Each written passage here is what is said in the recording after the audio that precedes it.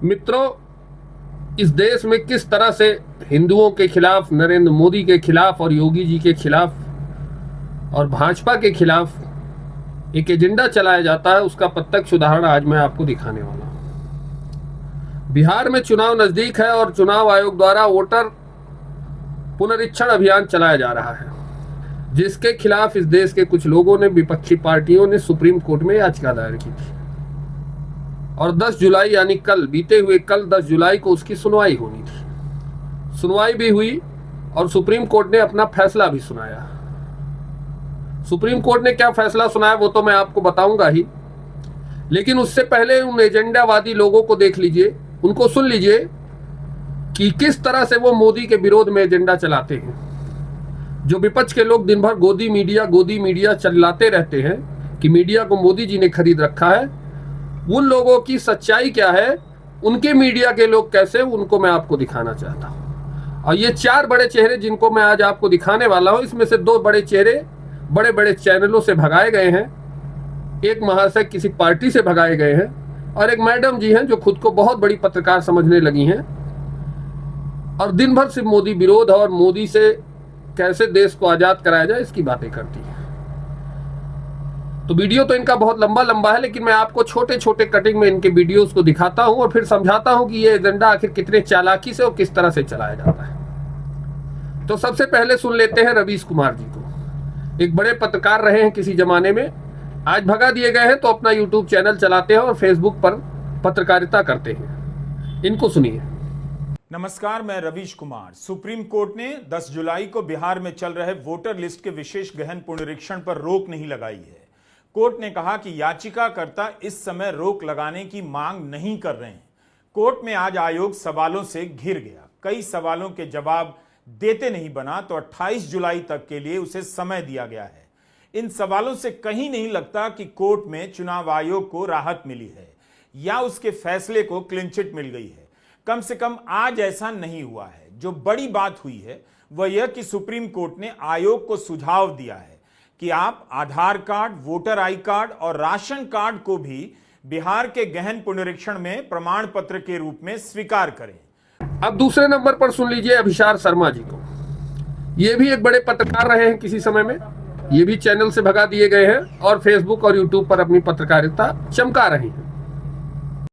आज supreme court में Bharatiya Janata party सरकार और चुनाव आयोग के लिए शर्मिंदगी की बात थी दोस्तों, क्योंकि आज सुप्रीम कोर्ट ने अपनी तरफ से सिफारिश की, आदेश नहीं, सिफारिश की कि आप आधार कार्ड, राशन कार्ड, यहां तक कि वोटर आई कार्ड को भी पहचान का जरिया माने स्पेशल इंटेंसिव रिवीजन प्रक्रिया में, यानी विशेष गहन पुनरीक्षण की जो पूरी प्रक्रिया है, इनमें इन 3 दस्तावेजों को भी माने। सबसे बड़ी बात, सुप्रीम कोर्ट यह भी कह रहा था कि इतना कम समय रह गया, आप कैसे करेंगे? तो आप जानते हैं चुनाव आयोग क्या कहता है? चुनाव आयोग यह कहता है कि सर, इस प्रक्रिया को रोके नहीं, अगर अंत में हमसे कोई गलती हो जाए तब आप कुछ कहिएगा। मैं आपसे एक सवाल पूछना चाहता हूं, क्या एक संवैधानिक संस्था के ये तेवर होने चाहिए? यानी कि आप सुप्रीम कोर्ट में जाकर यह कह रहे हैं कि साहब अभी इस प्रक्रिया को चलने दो, मगर अगर हमसे कुछ गलती हो जाए तब आप रोक देना। उसके बाद आप इनको सुन लीजिए। ये माननीय योगेंद्र यादव जी हैं, खुद को बहुत बड़ा समाज सेवी और समाज सुधारक समझते हैं। किसी जमाने में आम आदमी पार्टी के बड़े नेता हुआ करते थे, वहां से भगाए जाने के बाद आजकल ये पत्रकारिता पर और समाज सुधारक के रूप में काम कर रहे हैं और मोदी विरोध की जितनी याचिकाएं होती हैं ये डालते रहते हैं। इनको भी सुन लीजिए। नमस्कार, मैं सुप्रीम कोर्ट में हूं, जहां वोटबंदी के खिलाफ हमारी लोकतांत्रिक लड़ाई को आज पहली सफलता मिली। बिहार में जो सुप्रीम कोर्ट का पिटीशंस गई थी वो इस ऑर्डर के खिलाफ थी। चुनाव आयोग ने 24 जून को ये जो गहन पुनरीक्षण का आदेश दिया था, जिसमें कहा था कि सारी सूची नए सिरे से लिखी जाएगी, उसके बारे में आज हम सुप्रीम कोर्ट पहुंचे। एसोसिएशन फॉर डेमोक्रेटिक रिफॉर्म और पीयूसीएल जैसी नागरिक संस्थाएं पहुंची, मुझ जैसे नागरिक भी पहुंचे और तमाम पॉलिटिकल पार्टियां पहुंची, इस उम्मीद में कि हमें उन सवालों का जवाब मिलेगा जो पिछले 3 हफ्ते से हम पूछ रहे हैं और चुनाव आयोग दे नहीं रहा है। चुनाव आयोग की तरफ से बीजेपी वाले बोल रहे हैं। और दूसरा कि इस प्रक्रिया पर किसी तरह की नकेल लगेगी। और दोनों ही चीजों में आज हमें सफलता प्राप्त हुई। 4 घंटे तक हियरिंग चली। जस्टिस धूलिया और जस्टिस बागची की बेंच थी जिसने बहुत तसल्ली से सुना और वो सब सवाल पूछे जो हम पूछना चाहते थे। अब बारी है, एक मैडम जी हैं प्रज्ञा सिंह जी, ये भी अपना यूट्यूब चैनल चलाती है उल्टा चश्मा यूसी के नाम से। इनके वीडियोज आप देखेंगे, इनके चैनल पर सारे वीडियोज में ये सरकार की बुराई करती हुई आपको नजर आएंगी और हर खबर को तोड़ मरोड़ के पेश करती हुई नजर आएंगी। सुप्रीम कोर्ट के फैसले पर इन्होंने क्या वीडियो बनाया और जनता को क्या बताने का प्रयास किया, उसे सुन लीजिए। दोस्तों, बिहार चुनाव से पहले विपक्ष की बड़ी जीत हुई है। चुनाव आयोग को सुप्रीम कोर्ट ने बड़ा झटका दिया है। दोस्तों, विपक्ष के लिए बहुत बड़ी खबर है कि सुप्रीम कोर्ट में विपक्ष को वोटर वेरिफिकेशन के मामले में बड़ी जीत हासिल हुई है। सुप्रीम कोर्ट ने यह साफ कह दिया है कि चुनाव आयोग को वोटर वेरिफिकेशन में आधार कार्ड, राशन कार्ड और वोटर आईडी कार्ड शामिल करना पड़ेगा। बिहार में वोटर वेरिफिकेशन पर सुप्रीम कोर्ट में चुनाव आयोग बुरी तरह से फंस गया। सुप्रीम कोर्ट ने चुनाव आयोग की क्लास लगाते हुए एकदम क्लियर कट साफ शब्दों में कह दिया कि नागरिकता देना चुनाव आयोग का काम नहीं है। और तो मित्रों, इन चारों वीडियोस को देखकर आपको यह बात तो समझ में आ ही गई होगी कि किस तरह से मोदी के विरोध में, इस देश की सरकार के विरोध में एजेंडा ये लोग चला रहे हैं। दूसरों पे आरोप लगाने वाले, दूसरों को गोदी मीडिया बताने वाले ये लोग कितने झूठे और कितने मक्कार हैं, उसका इससे अच्छा उदाहरण नहीं हो सकता है। कल सुनवाई में सुप्रीम कोर्ट ने साफ साफ फैसला दिया और इनकार कर दिया इनकी याचिकाओं पर कि मैं इस प्रक्रिया पर रोक नहीं लगा सकता। चुनाव आयोग जो भी कर रहा है वो उचित कर रहा है।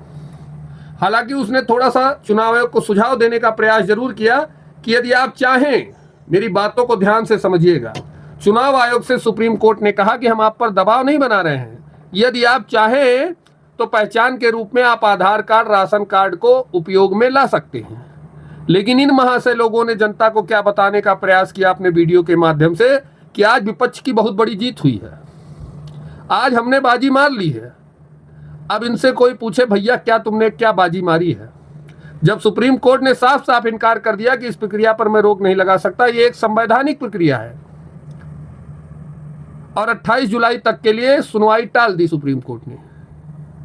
और चुनाव आयोग ने साफ कह दिया कि ये हमारा विषय है कि हम पहचान के रूप में क्या मांगते। एक बात सुप्रीम कोर्ट ने और भी कही कि देश का नागरिक कौन है, यह तय करने का विषय भारत सरकार यानी मोदी सरकार का है, जिसको केंद्र सरकार कहा जाता है। वो तय करेगी कि कौन भारत का नागरिक है और कौन नहीं है।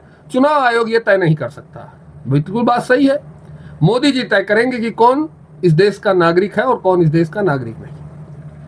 एक बात और साफ करते हुए सुप्रीम कोर्ट ने साफ साफ कह दिया कि आधार कार्ड भारत की नागरिकता का प्रमाण नहीं है, सिर्फ पहचान का प्रमाण है, कि आपकी पहचान का प्रमाण है आधार कार्ड, ना कि भारत की नागरिकता का।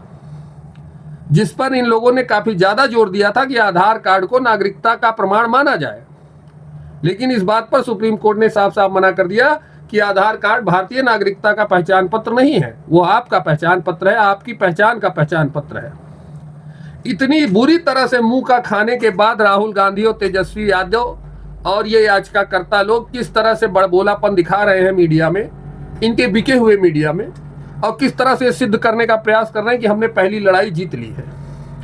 अरे च्यूतियों, अब ये जनता वो जनता नहीं रही जिसे तुम अपनी बातों से बरगला दोगे।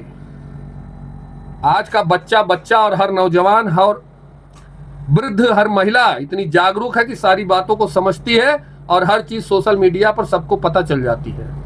ये प्रोपोगंडा तुम्हारा चलने वाला नहीं है।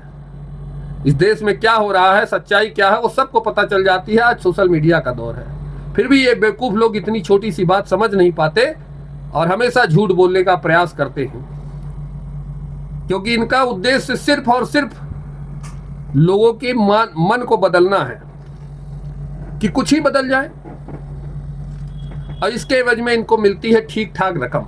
ये ऐसे नहीं चिल्ला रहे हैं, इसके एवज में कांग्रेस पार्टी के द्वारा, विदेशों द्वारा, जॉर्ज सोरोस फंडिंग द्वारा अच्छी मोटी रकम दी जाती है। तब ये गला फाड़ फाड़ के मोदी के विरोध में चिल्लाते हैं। क्यों? क्योंकि आज देश में जो सरकार है वो इनको हजम नहीं हो रही, क्योंकि इनकी लूट घसोट बंद हो चुकी है। तो मित्रों, मैंने एक छोटा सा प्रयास किया है ऐसे लोगों का पर्दाफाश करने का। बाकी तो आप ही समझदार हैं, आपका बहुत समझदार है, मुझसे ज्यादा समझदार है। लेकिन फिर भी अगर मेरी बातें आपको समझ आई हो, अच्छी लगी हो, तो वीडियो को लाइक और शेयर जरूर करिएगा, चैनल को सब्सक्राइब कर लीजिएगा। जय श्री राम, वंदे मातरम, जय हिंद।